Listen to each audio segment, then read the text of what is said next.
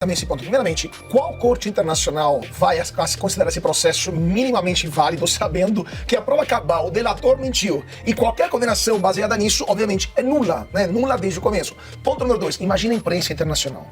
Imagina os correspondentes estrangeiros que estão no Brasil e que vão ter que escrever sobre uma condenação do ex-presidente Bolsonaro, baseado numa delação, numa minuta que ninguém nunca viu, numa delação de um cara que aceitou, que admitiu ter mentido, e mesmo assim a condenação vai acontecer. E qual você acha que será o teor das matérias que serão publicadas no dia seguinte à eventual condenação de Bolsonaro, do ex-candidato Braga, ex-ministro Braga Neto, etc. Portanto, esta situação, essa matéria da Veja, essas mensagens, não são apenas o fim da credibilidade de Mauro Cid, são o fim do processo. Sejam bem-vindos, o meu nome é Bruno, deixe o seu like e inscreva-se no canal.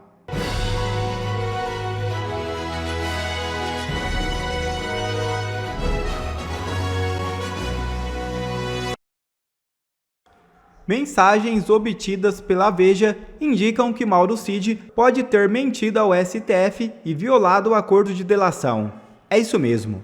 Mensagens obtidas pela Veja sugerem que o tenente-coronel Mauro Cid, ex-ajudante de ordens de Jair Bolsonaro e delator no inquérito que apura tentativa de golpe de Estado, pode ter mentido em depoimento ao Supremo Tribunal Federal e violado cláusulas do acordo de colaboração firmado com a Justiça.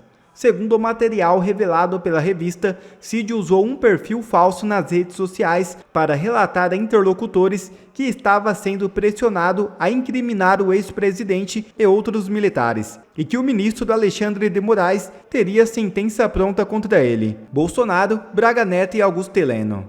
As mensagens trocadas por meio do perfil Gabriela R702 no Instagram entre janeiro e março deste ano mostram que Cid descrevia os bastidores de suas audiências e alegava tentativas de manipulação por parte de investigadores. A revista Oeste traz as mensagens e comenta os fatos. Veja o vídeo.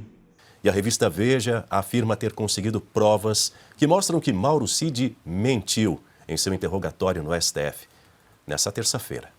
O material divulgado pela revista contradiz uma resposta do militar dada a uma pergunta de Celso Vilardi, advogado de Bolsonaro, quase no final do interrogatório. Vamos conferir a resposta, a pergunta e a resposta. Eu queria saber, ministro, se ele utilizou perfis mídia social para falar com jornalistas. Ele está dizendo que não conversou com ninguém. Ele nunca usou um perfil de mídia social para falar com ninguém. O senhor utilizou algum perfil de mídia social para falar com alguém? Não, senhor. Todos os meus celulares foram apreendidos pela Polícia Federal, ministro.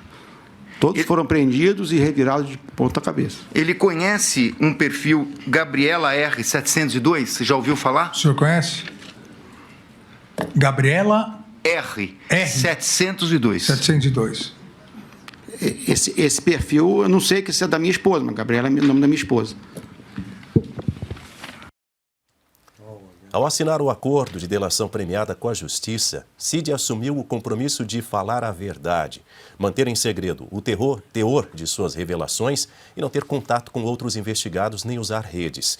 A revista, no entanto, traz um conjunto de mensagens trocadas entre o tenente-coronel e uma pessoa do círculo próximo a Jair Bolsonaro. Eles mostram que Cid, já na condição de delator, fazia jogo duplo. Enquanto fornecia à PF informações, contava a pessoas próximas uma versão completamente diferente. Nós temos aqui na tela essas mensagens obtidas pela Veja. Eu vou ler algumas junto com você.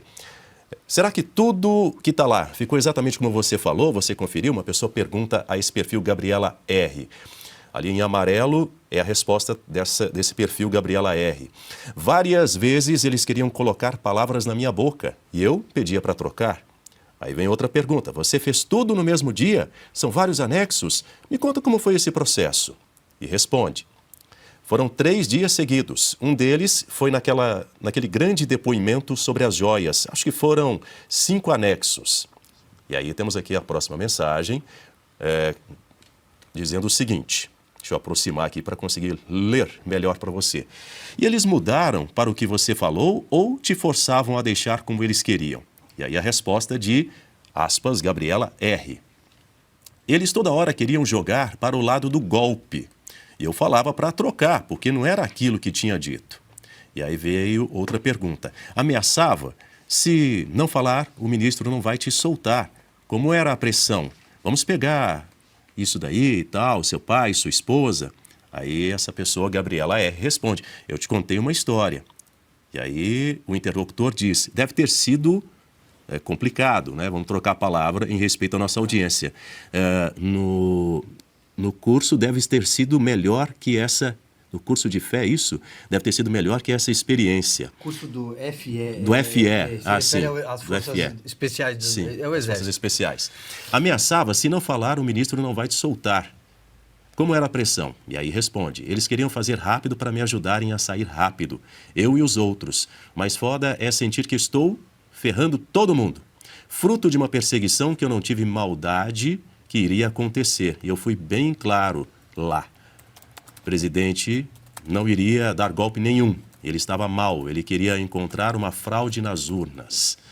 Próxima mensagem diz o seguinte: e aquele papo que o AM, se referindo ao ministro Alexandre de Moraes, manda tudo meio que pronto, porque é tudo muito rápido. Gabriela R. responde: ele já tem o objetivo dele, ele já deve ter pronta a ordem de prisão do presidente. E ainda diz mais: ele já tem o objetivo dele e diz: não precisa de prova, só de narrativas. Quando falam de provas, metem os pés pelas mãos, como foi Com o FM, o Felipe Martins. com Felipe Martins, que não viajou aos Estados Unidos. Mas te prender por quê? Porque eu estava recebendo dinheiro para custear milícias digitais, é o que ele responde. E aí prosseguimos aqui com mais trechos do que ele disse à revista Veja. Nessa imagem que está aberta aí para você, ele diz o seguinte: você, enquanto falava com o Shor, sentia que falava com o Alexandre? Gabriela R. responde: Shor é esperto, não é burro, sabe interrogar, sabe tentar te conduzir para onde ele quer chegar. Colocando muita coisa na sua boca? E aí responde, ele falando a respeito de Alexandre de Moraes, AM. AM é o cão de ataque. Barroso é o iluminista pensador. Quem executa é o AM como um CEO de uma empresa. E aí, respondendo também aquela pergunta, colocando muita coisa na sua boca, Gabriela R. diz: tentava. E prossegue dizendo, Gabriela R. Só o Gabriela R. que é ele, né? É ele. Exato. Só o Pacheco ou Lira vai nos salvar. O STF está todo comprometido. PGR vai denunciar. O interlocutor diz: não é possível, tem que ser jurídico e não pode ser político. Gabriela R. responde: uma coisa que pode mudar é uma vitória do Trump e o Brasil começar a ter sanções igual Nicarágua e Venezuela. O interlocutor diz: quero acreditar nisso. E aí Gabriela R. também escreve: viu o que fizeram com o jornalista português? Não vi. O que houve?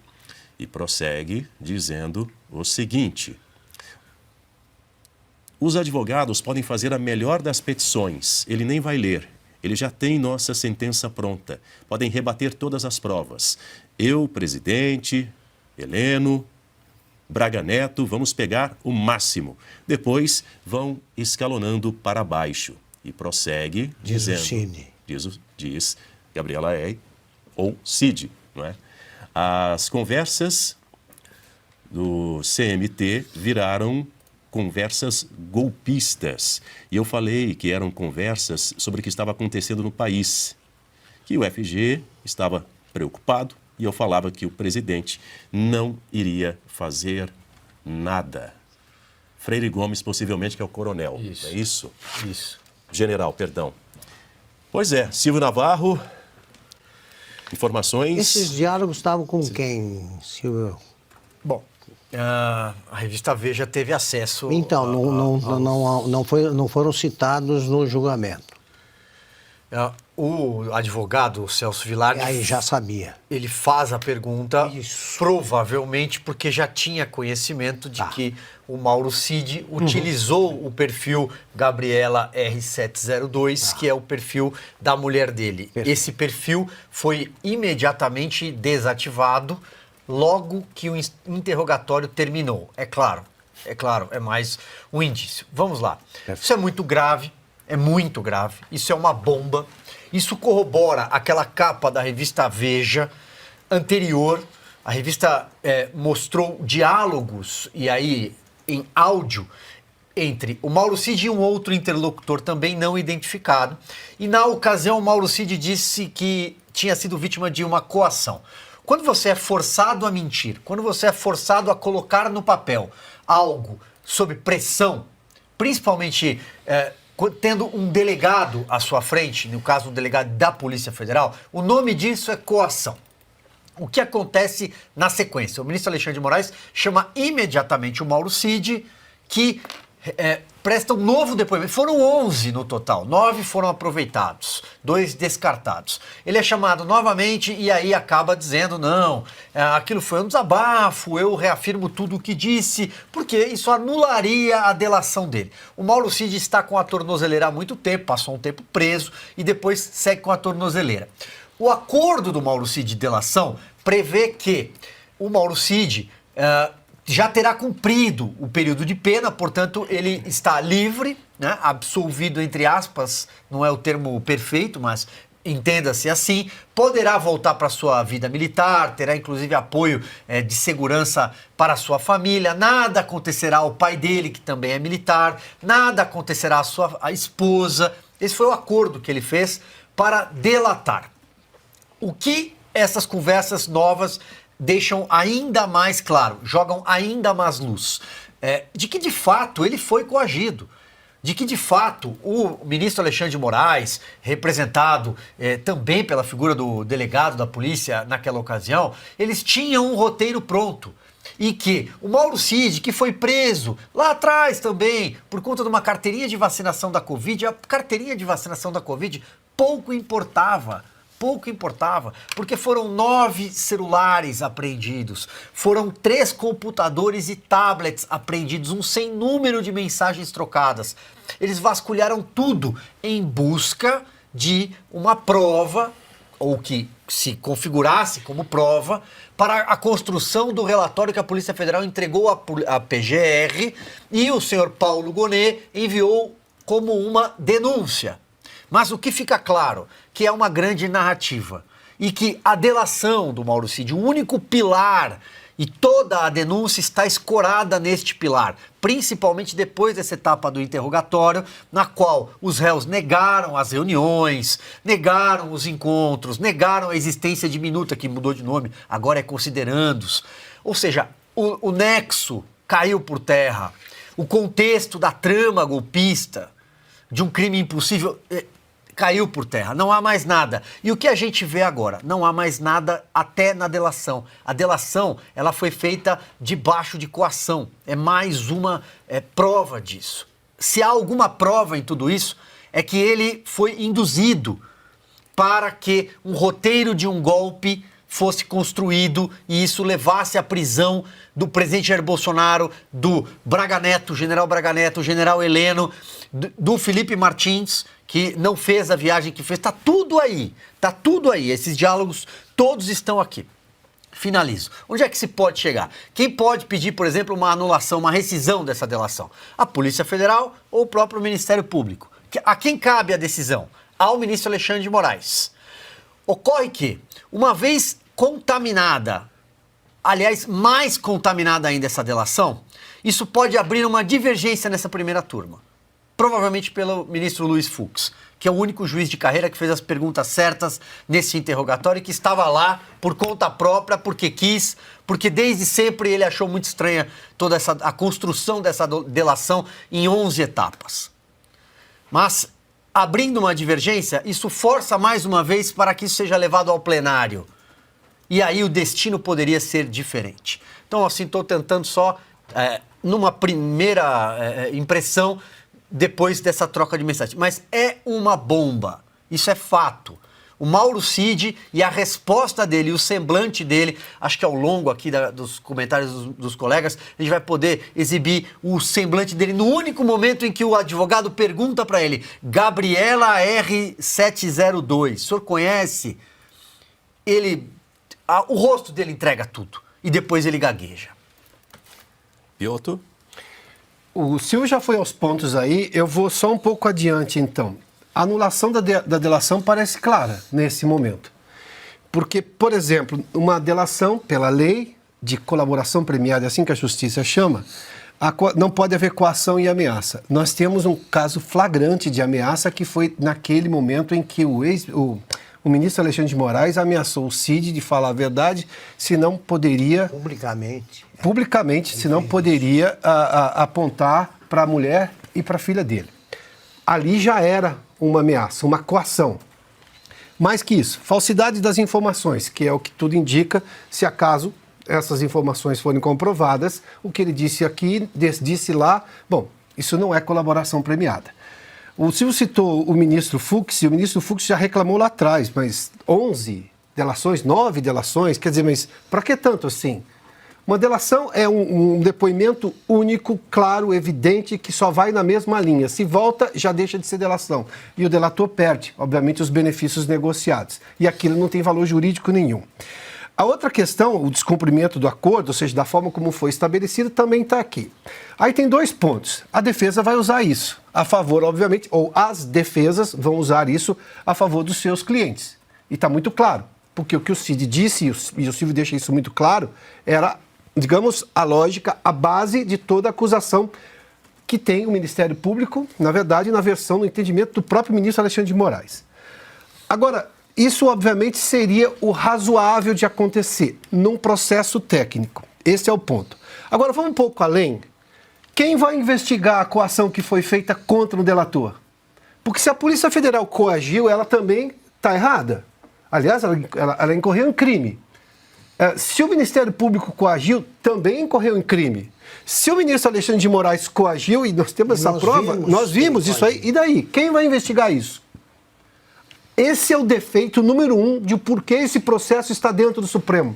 Fosse isso numa primeira instância, a segunda instância corrigiria tudo isso. E muito provavelmente mandaria o juiz, mandaria o promotor, todos para os conselhos de classe. Agora, nós temos duas coisas. Uma impacta o julgamento em si, e isso é um ponto para a defesa enorme. Agora, quem vai investigar a coação que foi feita ao Mauro Cid? Que sim, pode responder, mas em algum momento ele também é vítima nesse aspecto, de coação. Porque ele foi induzido a dizer uma coisa que ele não tinha para dizer. Simplesmente para, digamos, ter algum benefício. E se a prova hoje, cabal, é de que não houve nada golpe, não houve nenhuma tentativa, não houve minuta, não houve nada disso, bom, então foi coação. Ou seja, temos 2 pontos que precisam ficar claros, porque senão aí não existe Supremo Tribunal Federal, não existe justiça no Brasil mais.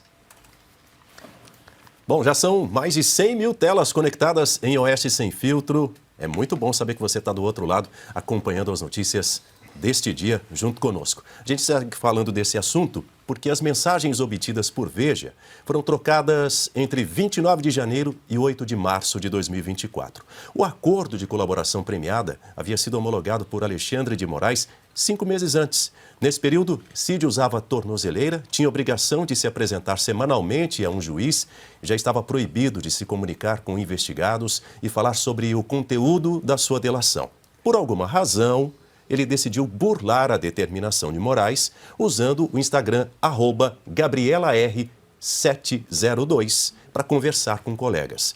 Essas confidências podem resultar na anulação do acordo de colaboração e, por consequência, na revisão dos benefícios dados ao tenente-coronel. A delação é a base da denúncia sobre o alegado golpe de Estado. São 6h33, vamos fazer o seguinte, vamos rever o trecho do interrogatório de Mauro Cid que o Silvio comentou. Eu queria saber, ministro, se ele utilizou perfis mídia social para falar com jornalistas. Ele está dizendo que não conversou com ninguém. Ele nunca usou um perfil de mídia social para falar com ninguém. O senhor utilizou algum perfil de mídia social para falar com alguém? Não, senhor. Todos os meus celulares foram apreendidos pela Polícia Federal, ministro. Todos foram apreendidos e revirados de ponta cabeça. Ele conhece um perfil Gabriela R702? Você já ouviu falar? O senhor conhece? Gabriela R702. 702. Esse perfil, eu não sei que é da minha esposa, mas Gabriela é o nome da minha esposa. E aí, Augusto? Eu conversava, vou repetir aqui, eu conversava com o Cid semanalmente, porque a gente combinava se haveria e como seria, que assuntos seriam abordados e tal, nas lives do Bolsonaro na Jovem Pan. Isso aí a gente, o Binha, né? Eu ligava e falava com o Cid também. Quando eu tinha que marcar alguma entrevista com o Bolsonaro, eu falava com o Cid. E era essa a nossa conversa. Estranhamente, nessa época, que ele dizia que ele não estava com telefone nenhum, ele me ligou, não era o número que eu usava. E uma conversa, tudo bem, estou querendo conversar com os amigos e tal. Ficou uma conversa estranha. Eu procurei encurtar a conversa, não tinha nada a tratar. Num daqueles intervalos em que ele saía, ficava com menos restrições, aí voltava para a cadeia, naquela época. O Cid é um homem moralmente destruído. Ele perdeu o equilíbrio completamente. Ele sabe o papel que fez e a gente se imagina como uma pessoa se sente depois disso. E agora me aparece isso aí.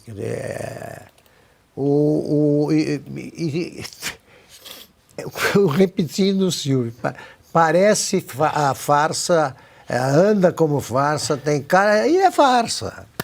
Isso aí, eu acho estranhíssimo.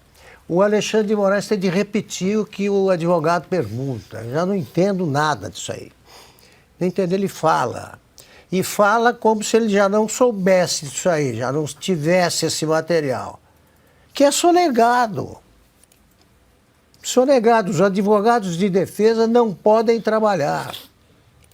Esse julgamento, agora, ele se baseou inteirinho. Toda essa construção da narrativa do golpe se baseou nessa delação, que já não vale mais. A delação ela é usada, como o Silvio fez um resumo brilhante e enriquecido pelo Piotr. Ela é usada para você investigar alguma coisa. Ela não é uma prova. A pessoa fala, você investiga e tomam como verdade absoluta. Sim. E em cima disso, vão fazendo aquilo. Me deu o crime que eu pego alguém. A frase do Beria lá pro Stalin. É isso que estão fazendo. Tem que caber na minuta. Não é minuta, então muda o nome, mas é tudo cai nas costas do Cid. Se for demolida como está sendo a delação, vai se basear em quê? A atuação do detetive, delegado, promotor, juiz e julgador de recursos, que é o Alexandre de Moraes.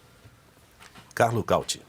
Bom, primeiramente, depois de tudo isso, é muito provável que nas próximas horas Alexandre de Moraes ordene mais uma vez a prisão de Mauro Cid. Então, essa é a consequência imediata. Agora, vamos ver se ele também vai ordenar a anulação de todas as provas que foram colhidas aqui, inclusive ainda a gente nem sabe, porque essa delação do Mauro Cid não foi publicada, não está visível, a gente não pode verificar o que foi dito ou não foi dito, assim como a suposta minuta do golpe. Também não sabemos ainda, no meio do processo, o que está escrito nesse documento. O que sabemos é que Cid mentiu, e quando você tem uma mentira tão clara e tão comprovada, todas as provas baseadas em delações desse mentiroso, de fato, que admite ter mentido, não valem mais nada. Agora, as consequências para Mauro Cid vão ser bem graves, né? Diga, Silvio. Eu queria complementar isso que o Cauti trouxe no seguinte sentido. Bom, o Cauti disse, é possível que nas próximas horas o ministro Alexandre de Moraes determine a prisão do Mauro Cid. No mínimo, ele será chamado para confirmar ou não, só que agora nós estamos numa outra fase. Não é mais aquela fase da delação firmada com Polícia Federal, Ministério Público. Agora já transcorreu o interrogatório dele como colaborador, é o colaborador. O que acontece? Se o ministro Alexandre de Moraes determina a anulação, a rescisão dessa delação, o Mauro Cid passa a responder integralmente pelos crimes e não tem mais a vantagem que foi oferecida a ele para delatar os colegas. Mas, além de enfraquecer todo o conjunto probatório, como a gente já disse, o parco, o pobre conjunto probatório, tem um outro detalhe. Ele vai ter de culpar a esposa. Ele vai ter de culpar alguém. Porque se não foi ele, se ele continuar dizendo que ou se ele disser, eu não usei o celular da minha esposa, a conta da minha esposa, quem utilizou? Ela utilizou e ela falou o que falou? Pois bem, ela provavelmente será punida. Ela será investigada, ela terá de responder pelo conteúdo que está escrito ali, ela será chamada para dizer: quem disse isso a você, senhora Gabriela? A senhora conversava com o seu marido em casa e a senhora mesmo, da sua cabeça, escrevia, o que escreveu, né, para quem e com quem a senhora estava falando, que provavelmente essa pessoa já também foi identificada, evidentemente, tem acesso às conversas, sabe com quem estava falando. Então, o Mauro Cid agora está numa situação muito mais complicada do que naquele momento quando ele sentou na segunda-feira ali diante de réus, diante do ministro Alexandre de Moraes, para confirmar o teor da delação dele. Ele não só mentiu no interrogatório, ele não só deu novos indícios de que foi coagido, não só enfraqueceu o conjunto probatório, ele agora complicou a vida da mulher dele. Ou ele vai assumir tudo. E aí a coisa muda de figura. Eu acho que a delação anulada seria o caminho num país que tem lei. O caminho jurídico, o encaminhamento correto seria a anulação da delação. E aí, consequentemente, não existe mais sequer o processo. Também esse ponto. Primeiramente, qual corte internacional vai considerar esse processo minimamente válido, sabendo que a prova cabal, o delator mentiu, e qualquer condenação baseada nisso, obviamente, é nula, né? Nula desde o começo. Ponto número 2, imagina a imprensa internacional.